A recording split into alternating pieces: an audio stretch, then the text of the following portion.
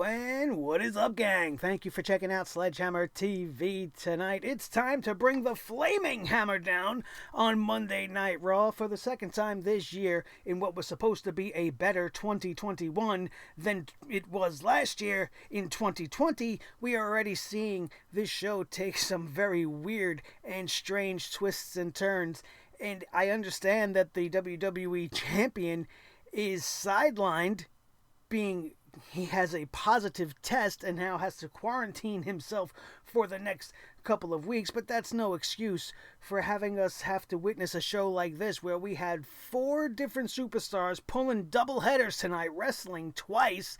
None of it was entertaining, none of it made sense, and the headline match, the main event, featured Randy Orton versus Triple H in a fight. It was a fight, not a match. It was a fight. And you know who won? Alexa Bliss. How did she win? Because she burned Randy Orton in the face. What is with this company with taking people's eyes out? Do they want blind wrestlers? I don't understand. They have an obsession with fire and an obsession with taking out people's eyeballs. And tonight on Monday Night Raw, those both came together in a segment that really didn't make that much sense in the context of what we were watching at the time. And we're going to talk about all of that and so much more right here and right now. My name is Nick Nightmare. You are watching the Sledgehammer Wrestling Show's Monday Night Raw review and reaction show. Let's do it.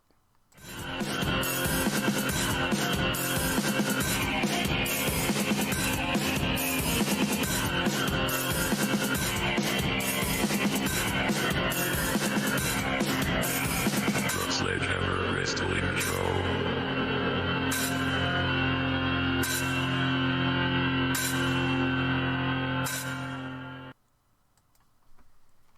Now listen, I love Triple H. Hello, half of the reason why we have the Sledgehammer theme on this channel is because he was always my favorite wrestler of all time. I appreciate his knowledge of the world of professional wrestling. I love everything that he used to be doing in NXT before NXT went corporate. And I just have a very deep love and admiration for this guy. You could feel the opposite way, and I wouldn't begrudge you for it. Everybody has their opinion. Not everybody is a Triple H guy. And I am a Triple H guy. But even as much of a Triple H guy as I am, I don't understand why he was necessary tonight. Essentially, he made this week's episode of Monday Night Raw Legends Night Part 2. Triple H hasn't wrestled in the entire year of 2020. Triple H hasn't wrestled on Raw since 2016. So what was the necessity for him to come out tonight? He came out tonight and in a promo with Randy Orton said he was okay with Randy Orton burning up the Fiend to a crisp, but talking shit about Ric Flair, now you're crossing the line, young man. So Triple H decides to come out and confront Randy Orton because he was mean to Ric Flair and he disrespected the legends. Which seems a little bit just out of nowhere. You know, and everybody's going to be, oh, well, give Triple H credit. He stepped up with Drew McIntyre being down. What about Drew McIntyre not being on this show made it necessary for Triple H? Drew McIntyre is not even featured in the program with Randy Orton right now. And how you used Triple H tonight was in the program with Randy Orton. So how does that factor into him subbing for Drew McIntyre? What about Triple H, or Drew McIntyre, being out made it necessary for Jeff Hardy and Matt Riddle and Sheamus and Keith Lee all to wrestle twice on the same show? Because you didn't have a half an hour to have Drew McIntyre waste talking to us or something? I don't understand how this was all deemed necessary for the absence of one man. All it comes down to is lazy creative. They tried to do something interesting, but it kind of fell flat when it came to the main event because it made no sense. Essentially, their interaction at the start of the show, Randy Orton and Triple H had this promo interaction, and then they had their entrances to the ring. Both of those things took up more time than the actual match altercation, fight, whatever you want to call it. It wasn't really a match. They weren't calling it a match because Triple H isn't ready to wrestle an actual match, so he was going out there to have this street fight type of thing going on. And it didn't last very long. And then the lights go out. Triple H has his sledgehammer on fire. So I'm like, okay, something Cool's probably going to happen here. What's up? But then the lights go out. Completely out. I don't know how they extinguished the sledgehammer so quickly, but the lights went out.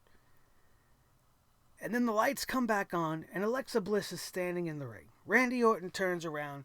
She shows him her little glove that says pain on the side there, and she shoots him in the face with a fireball, a la Hulk Hogan and the Ultimate Warrior back at Halloween Havoc a million bazillion years ago. So, why was this the finish to this encounter? Where did Triple H go? Does anybody know where Triple H went? Can somebody please send out a search party for Triple H? The man just vanished. Right? He had a flaming sledgehammer in his hand, and he vanished. Where did he go? Does the Fiend have him?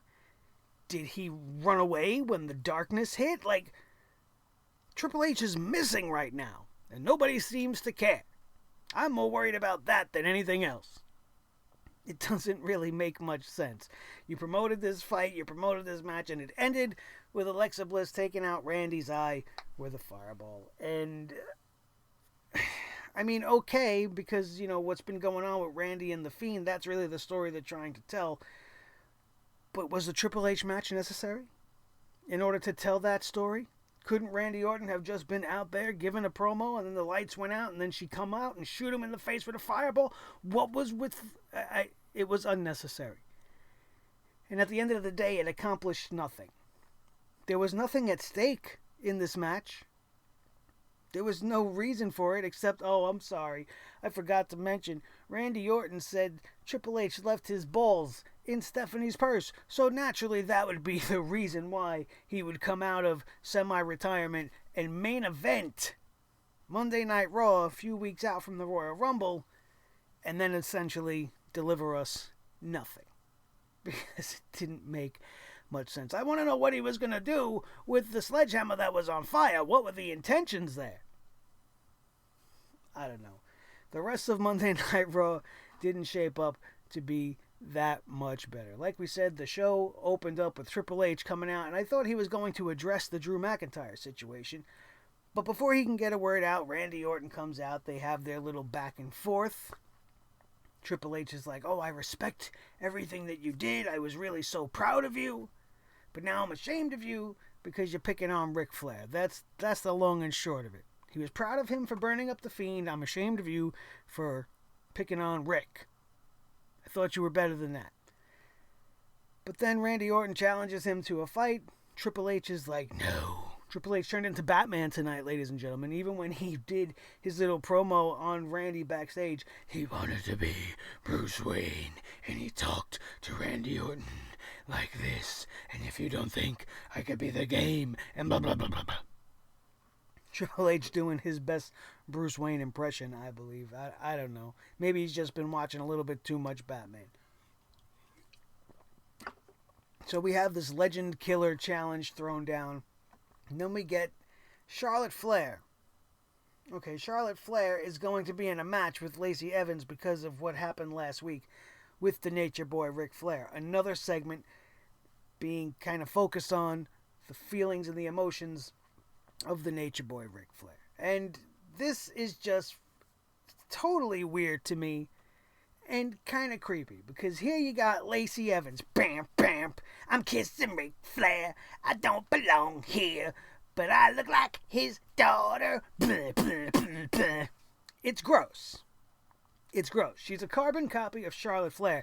But Ric Flair, tonight on Monday Night Raw, is going to turn on his daughter so that he could try to take Space Mountain for one last ride with a chick that looks just like his baby girl. There's something not wrong with that to the rest of you people. We have been talking about, at least on this channel, how Charlotte and Lacey are exactly, I mean, they are so similar, it's gross.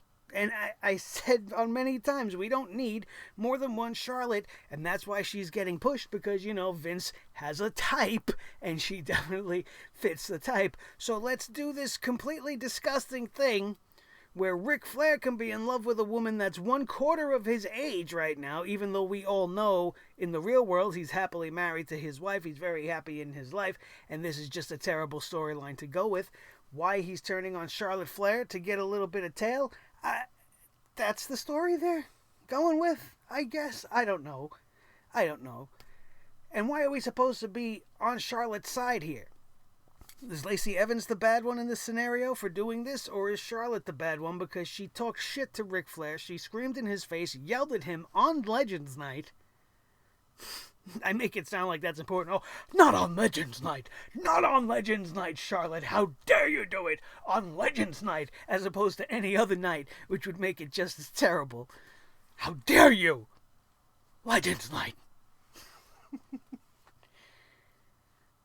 Now I kind of lost the point, but you get what I'm trying to say. You get what I'm trying to say. Charlotte Flair talks shit to her father. She made him look like a piece of trash. We're supposed to be like, oh, boo-hoo, Charlotte. Maybe you get what you fucking ask for sometimes. You know what I mean? Be careful what you wish for, because now he's gonna be banging your doppelganger. How does that feel? It's gross. It's gross. I don't appreciate it at all. Terrible, terrible shit. But yeah, that in case you don't think you misheard me, Ric Flair turned on his daughter tonight and cost her the match. He held Charlotte Flair's leg down while she was getting pinned by Lacey Evans, giving Lacey Evans the win, and then the two of them walk out, all lovey-dovey. The little one in the back, who's not Charlie Caruso, I forget her name, Sarah something, I don't know, they're all interchangeable bots in the back.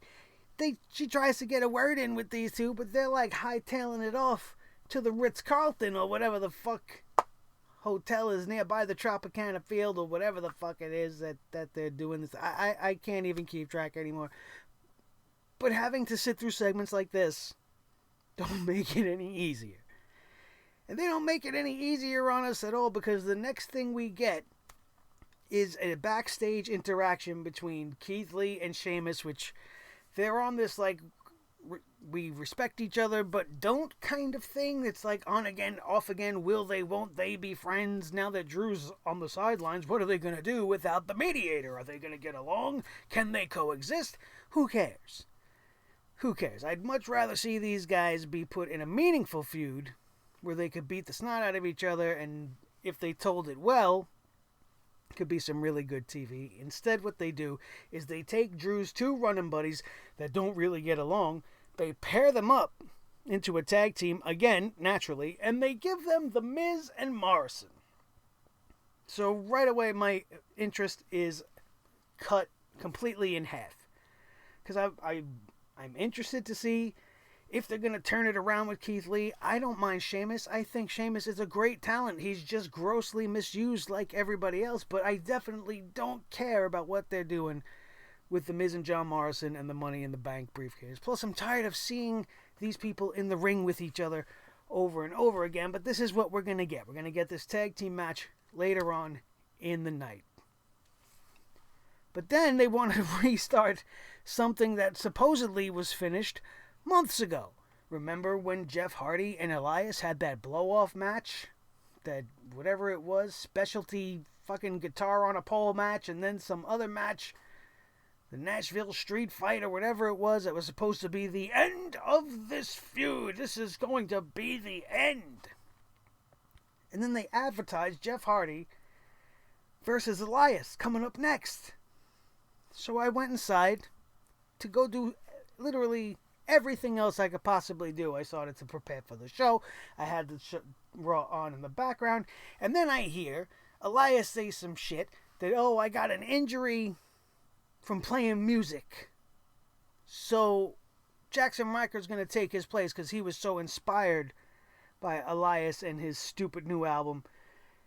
So now Jackson Riker is in the ring having a match on Monday Night Raw versus Jeff Hardy. And not only is this happening, but he beats Jeff Hardy in less than a minute because Elias distracted him momentarily, and then he got rolled up schoolboy style for the win, giving Jackson Riker the win. This is Jeff Hardy, former World Heavyweight Champion, multiple-time Tag Team Champion, Intercontinental Champion. He is rolled up in less than a minute by a guy that hasn't had 30 seconds in a ring all year long.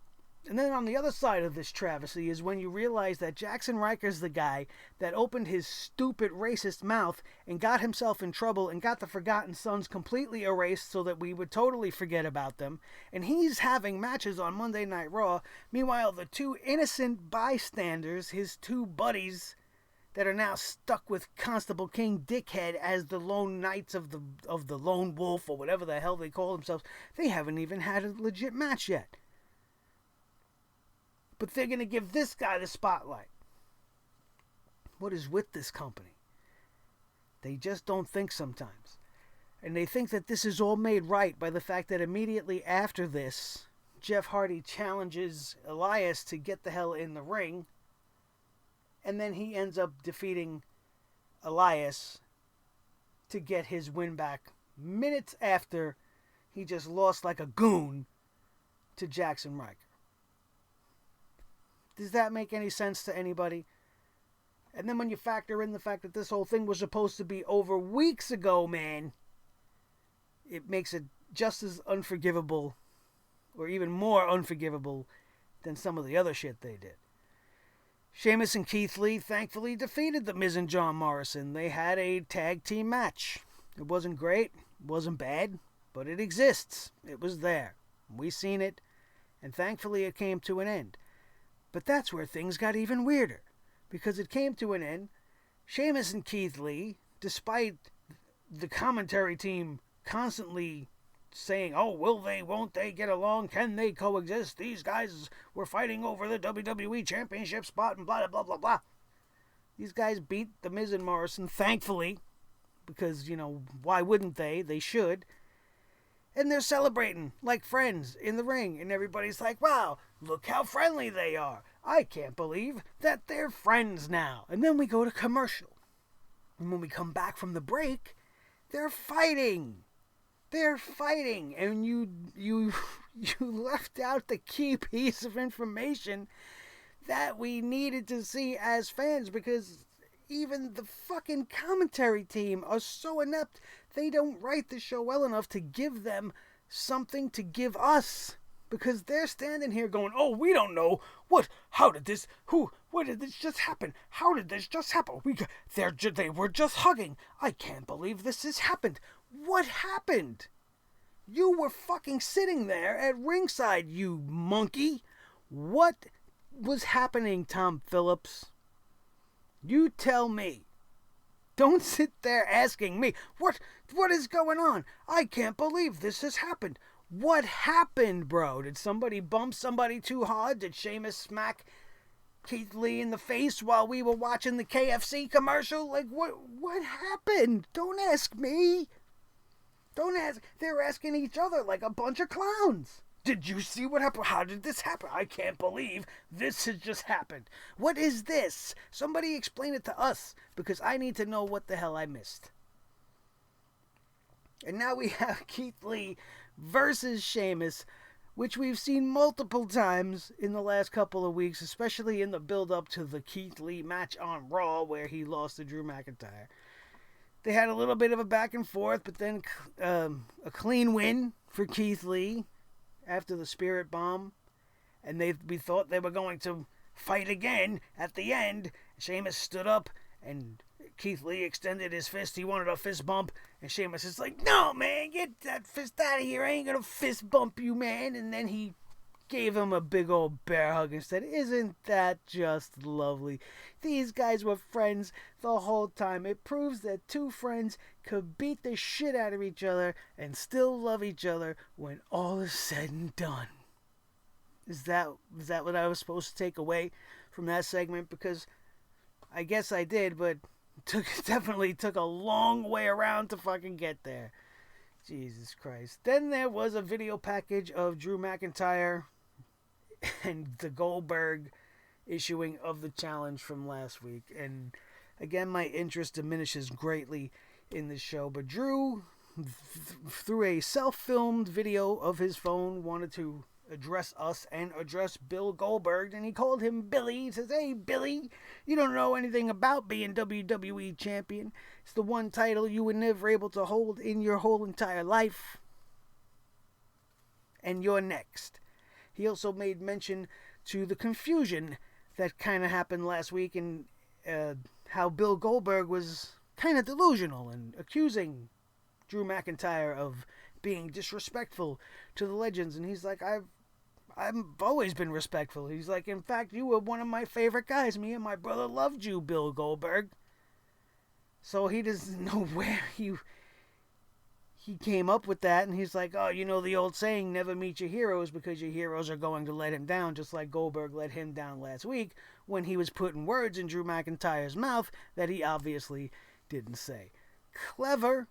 Obviously, some thought went into what the champ had to say in this promo, and I appreciate the effort here, but I don't give a shit that he's fighting Bill Goldberg. And God forbid he loses this match. I'm going to be really upset that they will have struck again and will have upset the balance of the wrestling world by giving this belt to Bill Goldberg just because he hasn't had it before. That would enrage me. You know what else enrages me? The way they write Matt Riddle as a half-retarded, brain-damaged teenager. Right? This guy, all of a sudden, is getting a United States Championship match because he cheated last week versus Bobby Lashley. He tapped out, the ref didn't see it, and then he pinned the champ with a roll-up. And this fluke victory is enough to gain him a United States Championship matchup. And now he's in the back, and he's talking to the loser house party about pizza. He's talking about all these weird toppings that he would put on his pizza, and how he's using pizza as inspiration and a metaphor for his match with Bobby Lashley tonight. And the loser house party's looking at Matt Retard like he's a loser. And they're like, listen, buddy, are you hungry or something? But he said, good luck to you, but make sure you watch your back.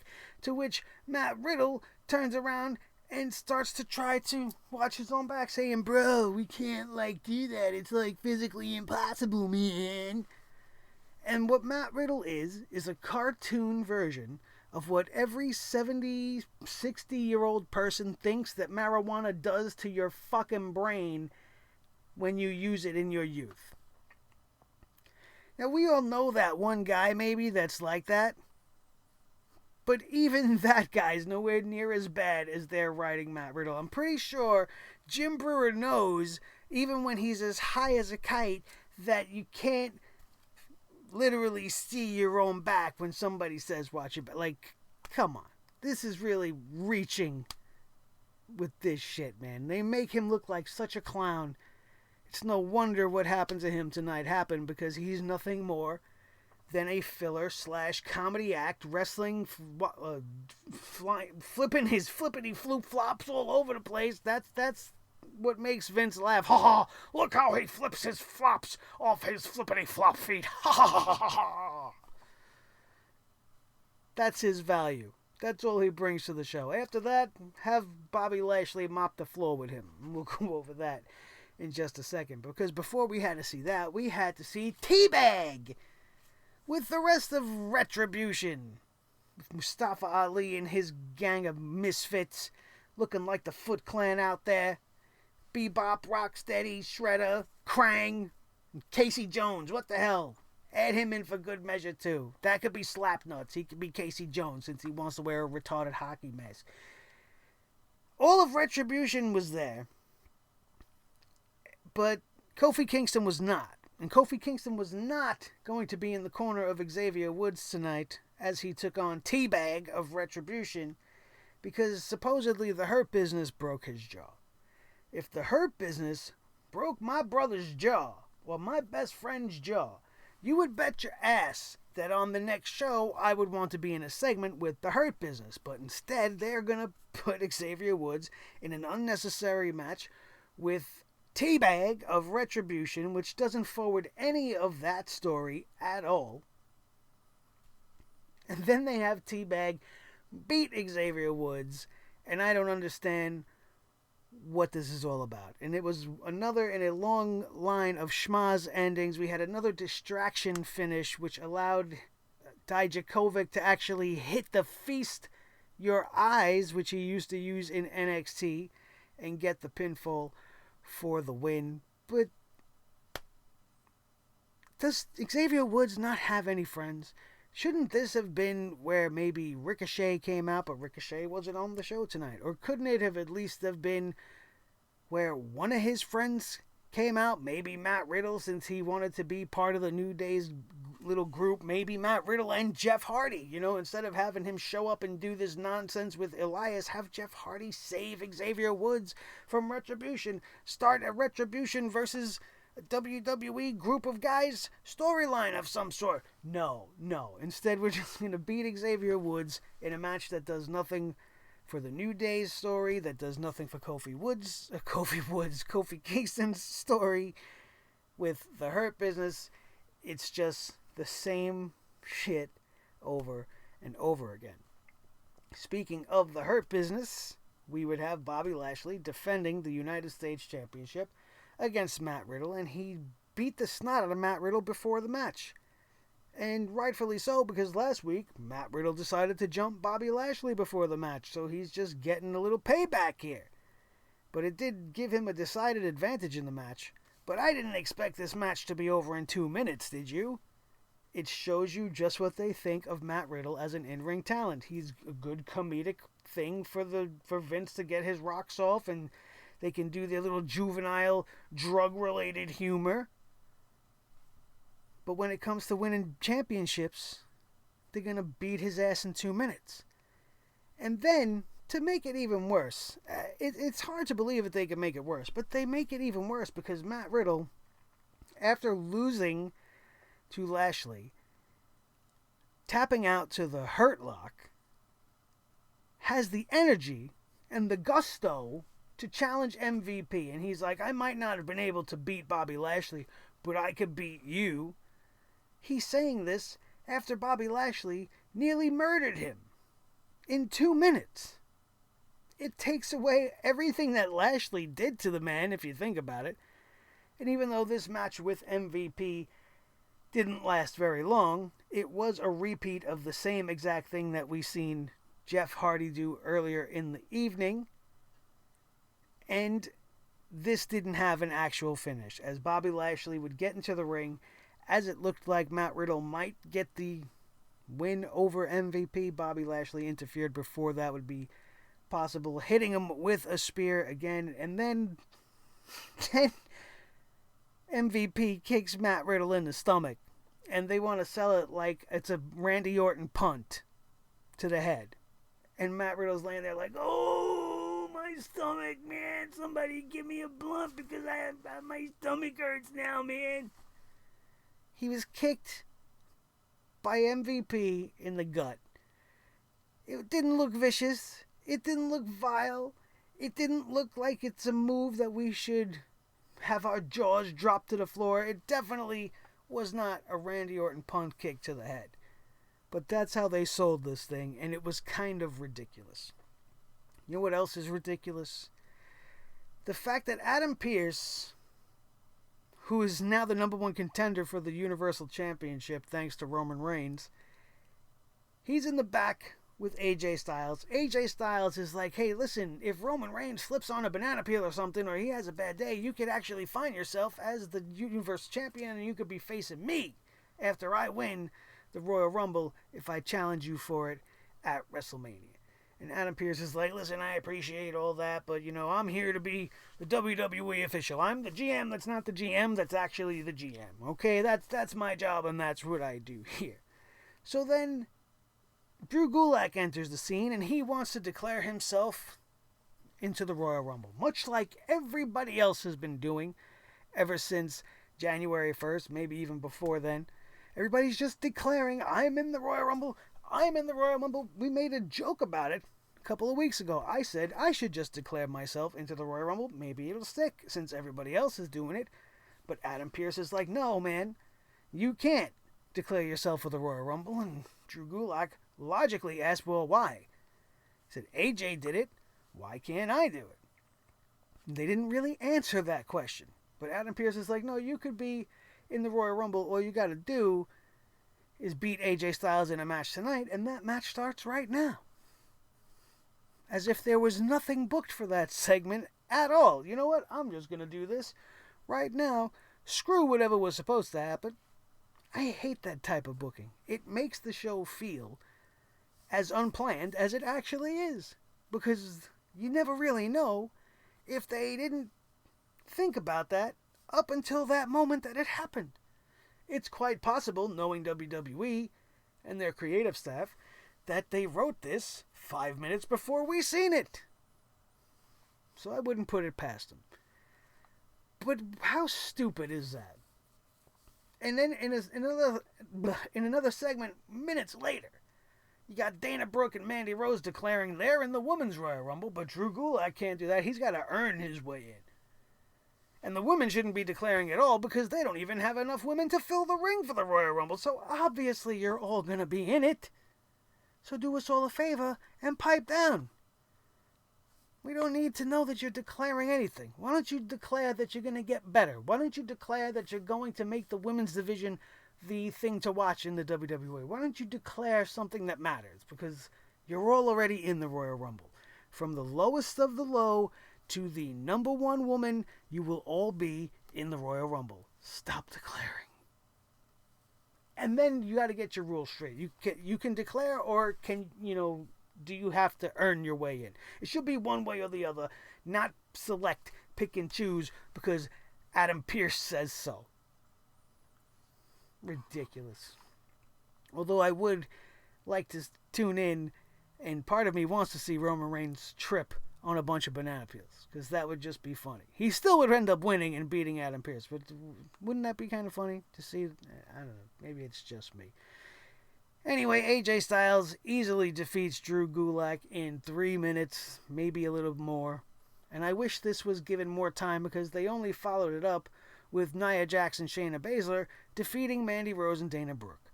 The two women that just declared they're going to be in the Royal Rumble destroyed in less than 5 minutes by the former Women's Tag Team Champions, who are only not the champions anymore because Charlotte Flair decided to come back so that she could have this feud with Lacey Evans, who wants to bang her dad. I don't know. If it were me, I would have held Charlotte to the Royal Rumble because there is nothing important happening for that character right now. It's all just the same old nonsense, and I could care less. So yeah, Nia Jax and Shayna Baszler, they beat Mandy Rose and Dana Botch in a nonsensical I don't give a shit match. It seemed a little intense at the end, and Nia Jax was doing this weird thing with her face, like she couldn't believe how much of a badass Shayna Baszler is, or something maybe went wrong. I don't know. But she looked kind of puzzled by the end of the match. Maybe she was surprised that they lasted that long out there, because... Anyway, then we got to the main event, Triple H versus Randy Orton in this fight, which wasn't even much of a fight. And as we mentioned at the start of the show, the only things to take away from this is Triple H lit a sledgehammer on fire. And it was a very cool, very powerful image. And then the cameras went black, and we seen nothing. And then Triple H vanished. And then Alexa Bliss was left standing, and she shot a fireball in Randy Orton's eye. Randy Orton tried his best to sell it as well as he possibly could, and Monday Night Raw goes off the air. And that's what we got. The second week of the year. A year that, as of right now, doesn't look like it's going to be getting any better. And I'm very disappointed that the WWE didn't actually take this opportunity to address the global pandemic situation, which they hate and they haven't really ever talked about. But Drew McIntyre had no choice because he's the WWE champion. He had to tell the world what's going on because he's going to be missing from TV for a couple of weeks. But the announce team didn't talk about it. They didn't wish him well. They didn't say, hey, that sucks for Drew. Get better soon, champ. We hope to see you in a couple of weeks. Whatever.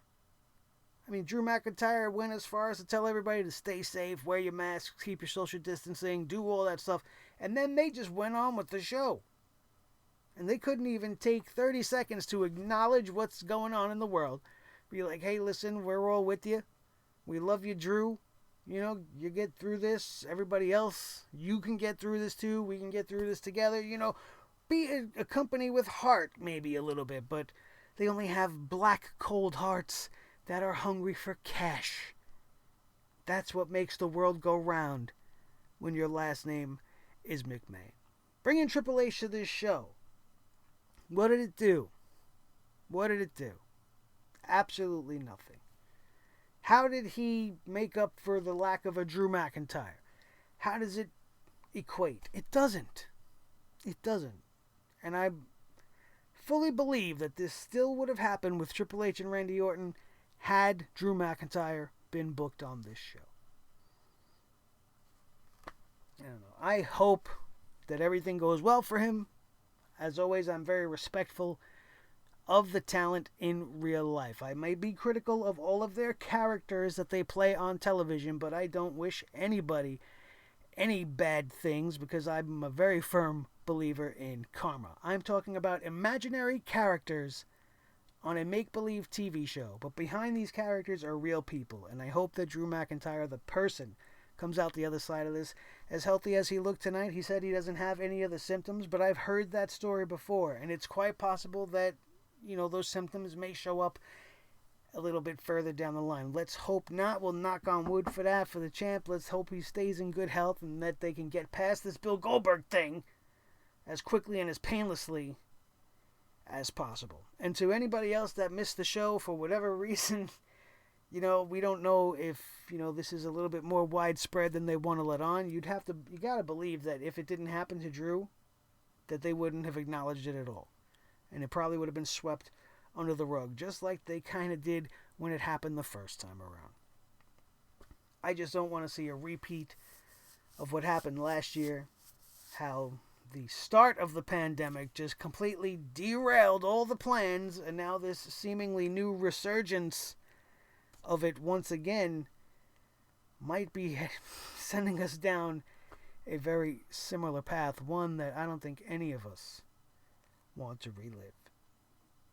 I certainly don't. Thank you guys so much for coming out here tonight and enjoying and supporting the Sledgehammer Wrestling Show right here on Sledgehammer TV. My name is Nick Nightmare. This is the team, Thor the Sledgehammer, the official Sledgehammer of the Sledgehammer Wrestling Show, his tag team partner, the World Heavyweight Champion of all the microphones in all the world, Mr. Blue, the Snowball, the most important member of the team, as always, each and every one of you. And now it's time to do your part. Smash that thumbs up if you enjoyed today's episode, if you liked anything I said, if you agreed with my feelings, or you have some feelings you want to express of your own.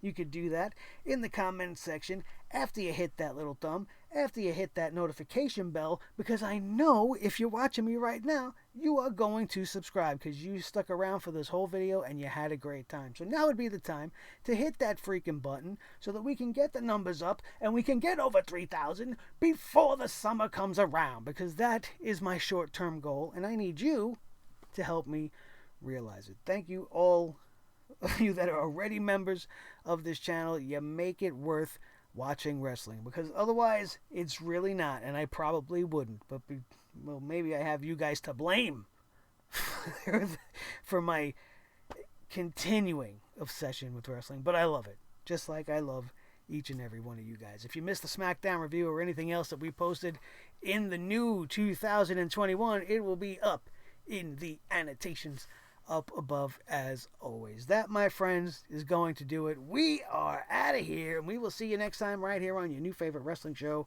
the Sledgehammer Wrestling Show, only on Sledgehammer TV, right here on YouTube.com. Boom.